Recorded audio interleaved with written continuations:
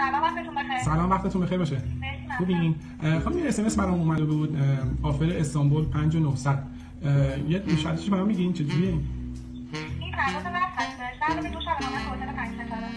آها یه چیزای پرواز فردا رفته برگشت الان تو رفت برگشتش چقدر در میاد؟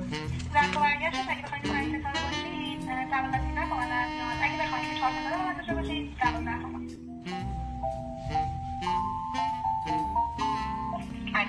سلام وقتتون بخیر.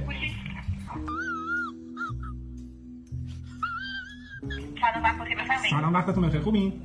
ممنون. قربان شما. خانم یه اس ام اس برام اومده بود آفر اس ام اس آفری بود دبی. الان من با شما با صحبت کنم برای دبی. بله بفرمایید. 5900 خورده بود. این بهم میگید شرایطش چجوریه؟